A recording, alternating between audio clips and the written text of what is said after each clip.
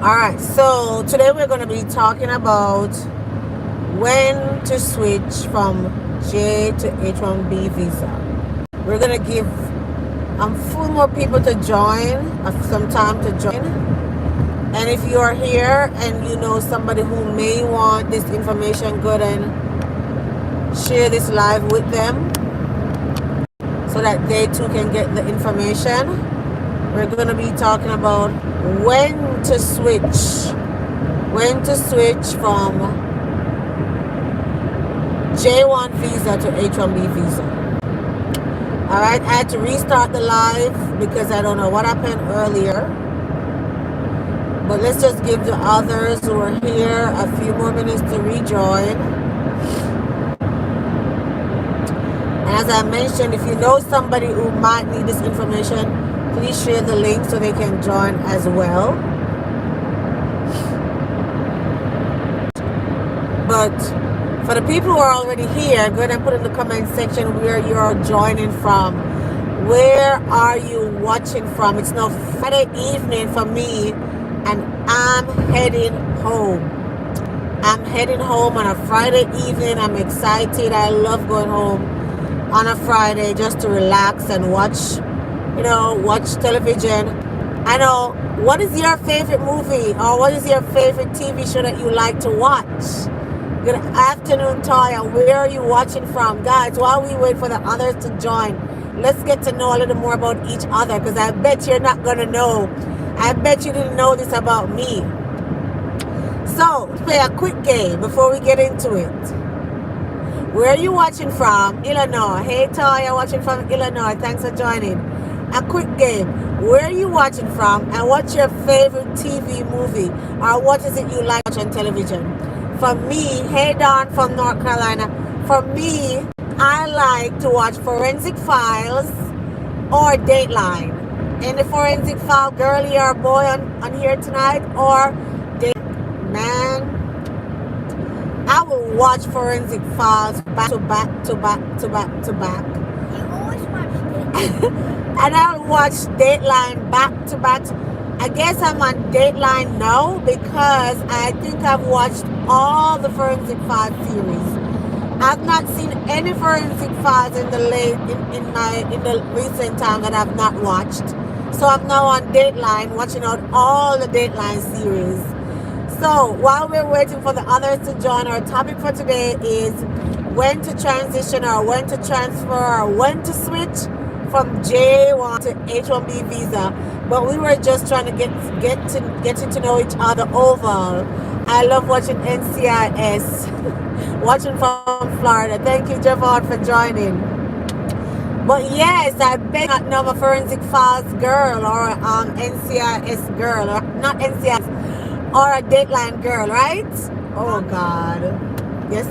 You want some popcorn? Yeah, you can have some. From Orlando. Thanks for joining. Alright guys, so we're going to get straight into it. Watching from South Carolina, Chantel, thanks for joining. You are doing a great job. Thank you, Deborah.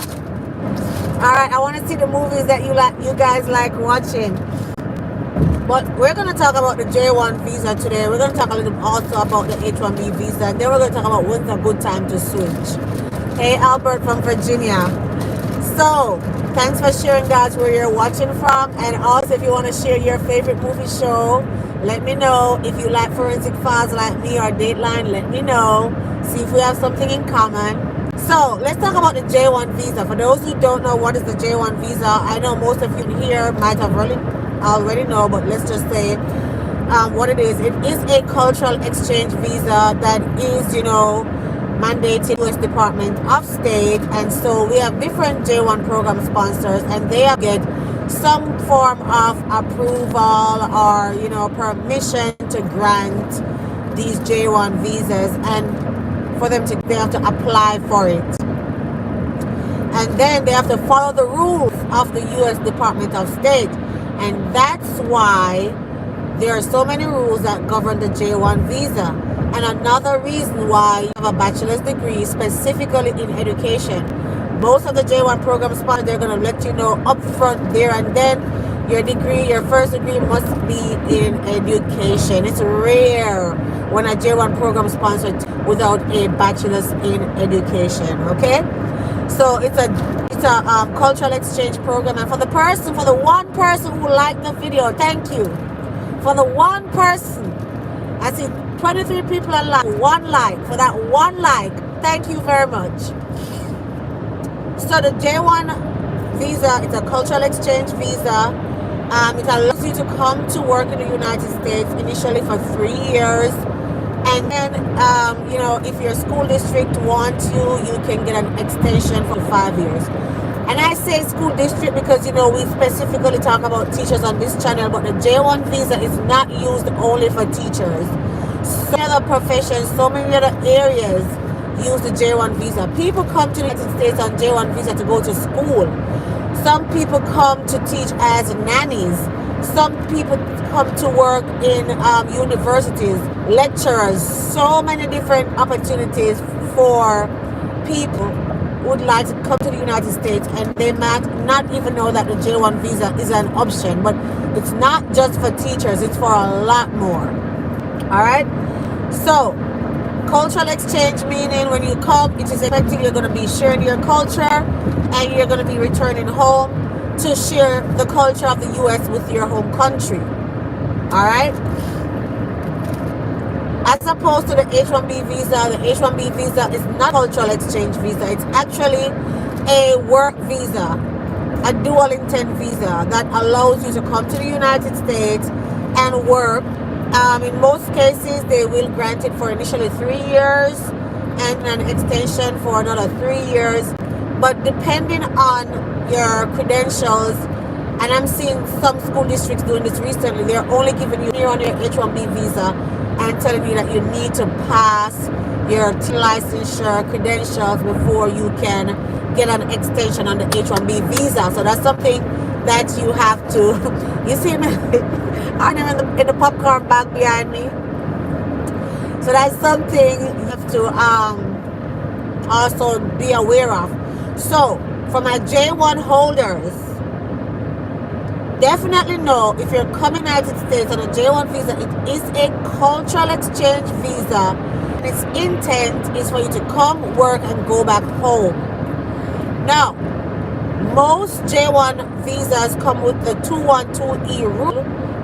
That's the one that says you have to go back home. But in some cases or some instances, reasons beyond people's or international teachers' control, you might have to apply for a waiver. This is not what your program sponsors want you to do. They don't want you to stay in the United States after your tenure on the J1 visa. They want you to go back home. But life happens, and sometimes things happen, and you have to just transition, or you have to apply for a waiver. Okay? So the first step would be to apply for the waiver. But when would you apply for that waiver? When would you apply for that? When would you transition to H-1B? I've seen so many different scenarios. The most popular one I've seen is where people come and they do their entire year J1. So they do their first initial 3 years, and then they get an extension for 2 more years. And after that extension, they start working on their waiver. Okay? Once they have their waiver in hand, in their 5th year, they start looking at job in H-1B to transition. Now, depending on the country you're from, the waiver might take over a year to be approved, under 6 months to be approved, 6 to 8 months, depending on your country. So you have to find out from people from your home country, what's the time frame, how long their waiver took to be approved. Once you have an idea, then you can time it that way to say, I can start applying for my waiver at this point in time. Okay? So that's the most popular way, doing your 5 years with your J1 program sponsor. I've seen people, another way I've seen people do it is they come and they do the 3 years and they don't take an extension. They don't want a 2-year extension, and specifically for people who don't have that 212-year rule on their visa.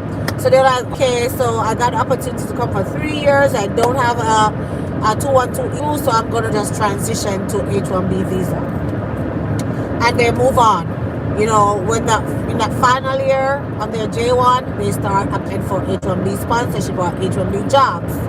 Okay, that's another way you can, or another way you can do it is, and I've seen people do this before, they come on 3 years, they come on the program for 3 years, they do 1 or 2 years and they don't like it, and they decide to, you know what, I skip. I'm going to apply for my waiver if I need to or if I don't need to, but I'm going to transition. And that's going to be dependent on your own personal needs and what your life, because really and truly, things happen. Most of us, we come on the J1 visa with the intention of going home, but then somewhere along the line, something happens and we have to switch gear. So you have to weigh the pros and the cons as to, you know, when you're going to switch gear or, you know, what you're going to do. But I know people usually say, what's the time frame you would say? I usually give my example. I'm in the first category. I spent my entire 5 years on my J1 visa, right? I know some people say they don't want to do that, but I think the program sponsor gave me an opportunity to come here. The least I can do is to show my appreciation by program. Does everybody think like that? No. Does everybody want to do that? No. But that is my way of doing it. Don't beat me down for my way of doing it. Here's your way, my way is my way. Right? Here. So I decided I'm going to stay on my 5 years. I had other underlying reasons why, and that's why I say when you confuse that everybody's going to have their own pathway to follow and everybody's going to do it the way they think is best for them. When I came with several other people. I came with people who left in their second year. I came with people who did not take an extension, and everybody figured out, you know, how they wanted their life and how they set their future to be. I had to think about myself, my family. I had kids in school and my kids, and the best thing for me at that time was to do my 5 years and then transition. So this is what I did. After I completed my year on my J1 visa, after I completed my entire 4 years, when school ended that May, in my 4th year, that's when I started looking about my waiver. So that means when I started my 5th year on J1 visa, that August when I started my last year on on J1 visa, my waiver was submitted. Because I'm like, this is my final leg, and so I'm going to make sure my waiver is in. And I wanted to give them enough time, since I'm from Jamaica, and I know in Jamaica the process can take over a year, and as well as it can take less than 6 months. And I'm going to give you an example. 2 of us applied at the same time. Self and a young lady at my school, we applied at the same time. We applied that summer, right after we finished our 4th year, both from Jamaica. Hers got approved in like 3 to 4 months. I'm serious. She got an approval before December of that year. I did not get my approval till the following year. I got it before I completed my 5th year. Okay, so that's what I did. What you will do is going to be dependent on your home country, how long they take to process your waiver, and you know what your intentions are, as well as the program sponsor that you are on. Some program sponsors, we know this already, guys. Some program sponsor, as soon as you apply for a waiver, they are ready to kick you off the program.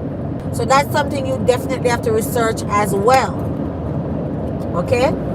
I know people also who came on J1 2 years, meaning they did their 1st year, and in their 2nd year started to work on their waiver. In their 2nd year, It's going to be dependent on you. I keep saying that. In their second year, they started to apply for their waiver, and they did not do the third year on J1 because now they have a waiver, so they did not need to do the third year on the J1. The third year that they were in the United States, they were on an H1B visa.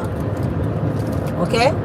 So, you have to decide when it is the right time for you. Now, we know that apply to transition, or once you apply for a waiver for your J1 visa, a lot of people think they can only change their status to H1B visa. That is not it. You can change your status to several different visas to include the F visa if you want to study. You can change your status from J to F to study. You can change your status from J to O, which is the that visa is for people with extraordinary abilities. So if you have extraordinary abilities and you meet the requirements for the O visa, you can transition from the J to O, as well as you can transition from J to H, which a lot of people already know from G. Okay? So the time that you are going to apply for your waiver is going to be dependent on your your individual needs. Okay? And I shared is you can apply when it's close to your 5th year, because you don't want to apply. You can apply for your waiver after you've, for example, if you do your 5 years and you go home to your home country, but you want to come back before the 2 year, you can apply for a waiver when you go home, but you know you're going to sit home and wait for it to be approved. Okay? And that's why people start the process from here. But be very careful with that. Remember, I said the J1 visa is a cultural exchange visa, and it is. Notice the sponsors are asking you these days, what is your intention? It should be your intention to come on the J1 visa and go back home, after your tenure. As I say, life may happen, and you have to extend or change your status. So you can go back home and apply for it if you want to come back before that 2-year period, or you can apply for the waiver from your here. Okay? Or you can apply even before. It's really dependent on your unique case. If you are here online right now in the live and you already applied J1 to H1B transfer, let us know what your experience was like. I shared my experience. My experience was not bad. Yes, it took a longer time than my colleague who we did it together, but I did it with no hiccups and I got it in time to transition to H1B. If you're here, I want to work on H1B. I know a lot of people want to work on the H1B visa, and that is something I definitely need to talk about. A lot of people want to work on H1B visa because it's dual intent and they think it's the only route to get to permanent residency. That is not true. That is not true. I know a young lady also, she came on my channel and she shared as well. She started on J visa and her school district started to apply for her green card while she was on the J visa. So guys, we just need to be knowledgeable of what can be done. Her school district started her green card process on the J1 visa. The only issue is that the green card was not approved before the J1 visa was expired. So what they did was to transfer her to a H1B visa, and she continued to wait for her green card. But don't have to be on an H1B visa for your green card to start being worked on. If you hear what I said just now, you don't. I know there's a living testimony on my channel right now. If you go on my live video, she's called Vanessa Barrett. It's an old video, but if you want to really learn how her process works,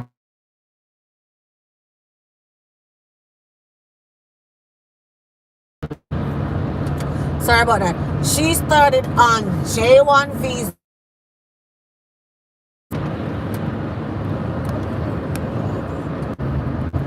She started on J1 visa, and her school district wanted to keep her. They started the green card process on her J1 visa, and then when the green card did not get approved before the J1 expired, that's when they transitioned her to H1B, and she continued to wait for a green card on a H1B. So guys, we just need to be in the know. Is that popular? Stay, but I hold I didn't get that. I didn't see that one. Went too fast. Is that very regular? Is that very popular? No, it's not popular that they do that, but it can be done. I don't say that to say it can be done. It's more often that you transition from an age to a green card. That's the reality. But I just wanted to share that for those who may think that's the only way you can get a green card. That's not the only way. Okay, so it's just to give you a little more knowledge. All right, so do you have any questions? If I can't see the questions, as you know, I'm driving, so I'm not going to be able to see it. If it's long, if it's short, and I can glance on it, I can see it. But when you apply or when you transition from J to H, it's going to be dependent on your unique situation.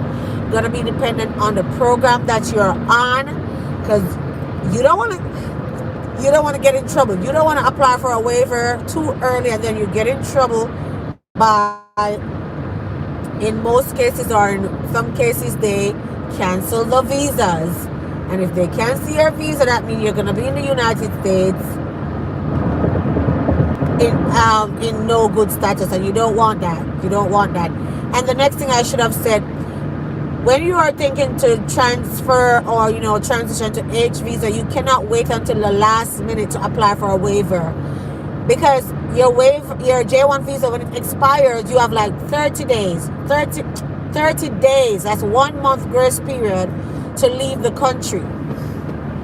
So if you wait for the expiration date on your J1 visa to apply for a waiver, and I've never seen a waiver get approved in 30 days, you're going to become out of status in the United States, out of status, and that's something you never ever want to be, out of status in the United States. That's never ever a good thing.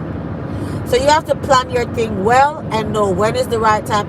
And I've seen this too. I've seen people apply for their waiver did not get approved on time, J1 visa become expired, the 30-day grace period expires, and so they have to leave the country. They have to leave the country in order not to be out of status, because that's going to affect your immigration status in the future. So you always want to take those things into consideration. Try not to mess your immigration status up while you're in the United States.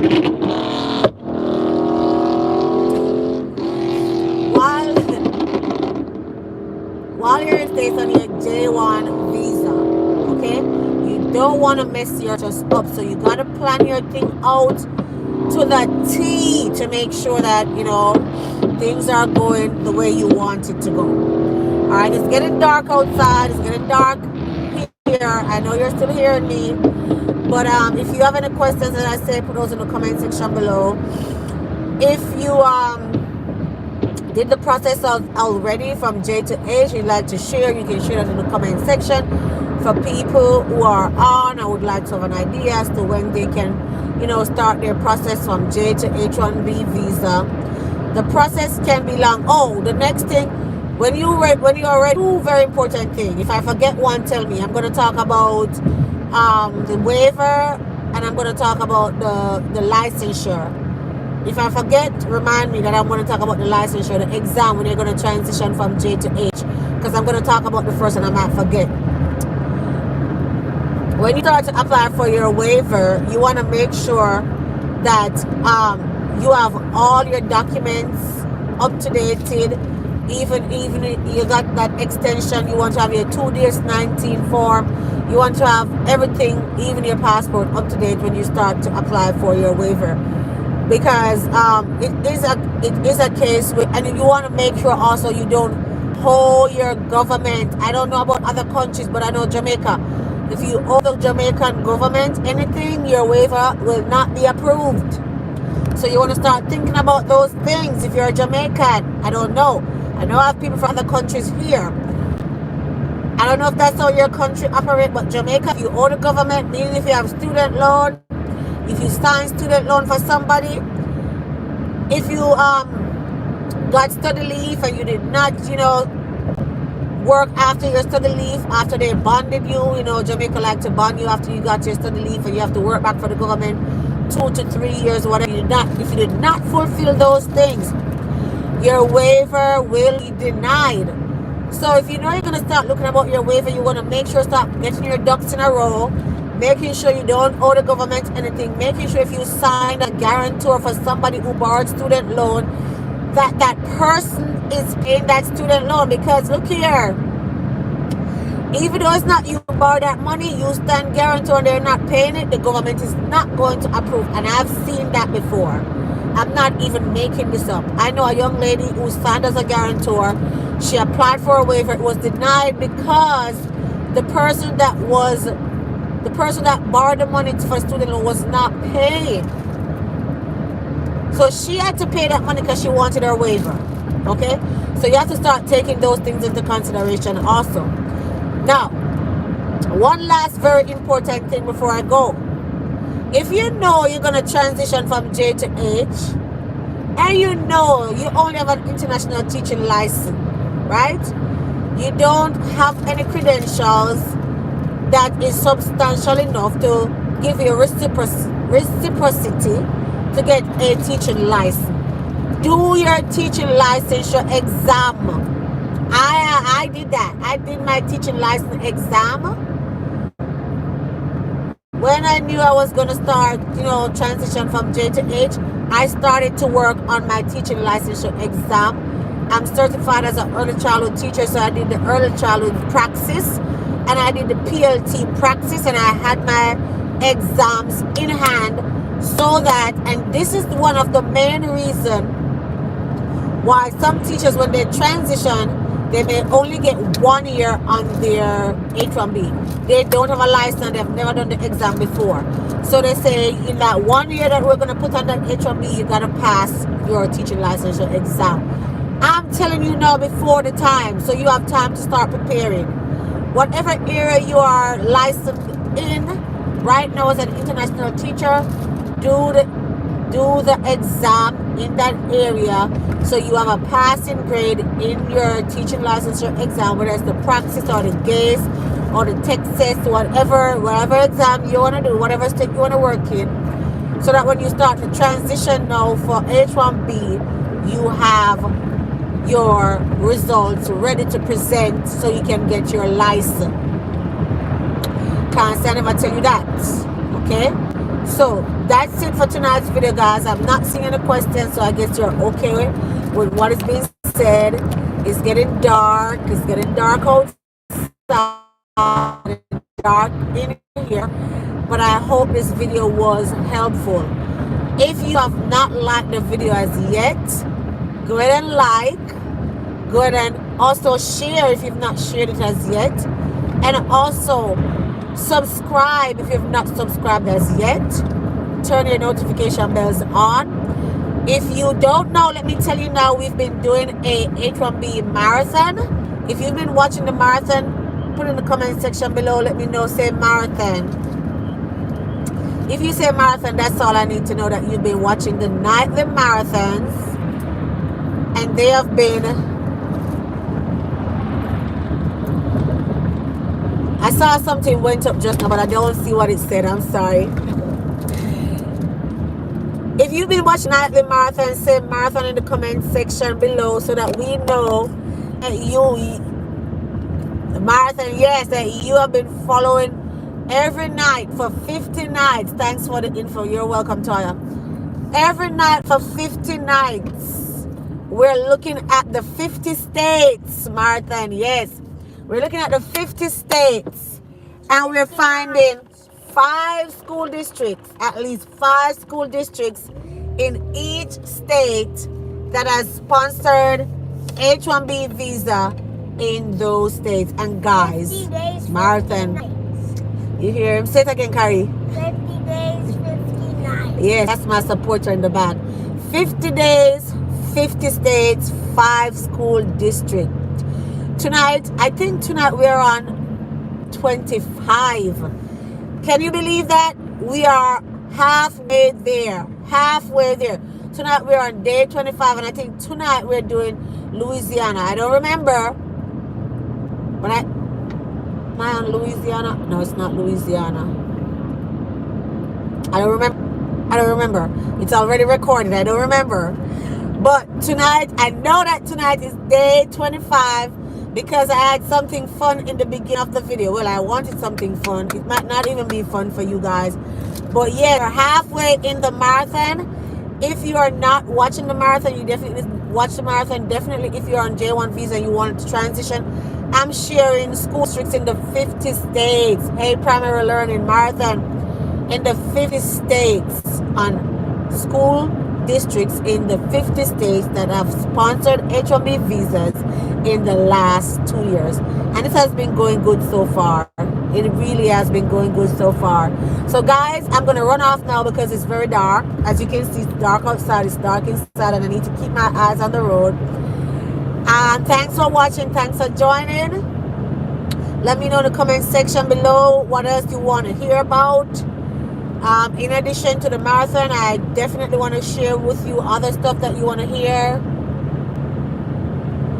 So let me know in the comment section below, and I'll see you next time. Again, share this video, like this video, subscribe, turn your notification bells on. You're welcome, Albert. Turn your notification bells on, and I'll see you next time. Bye.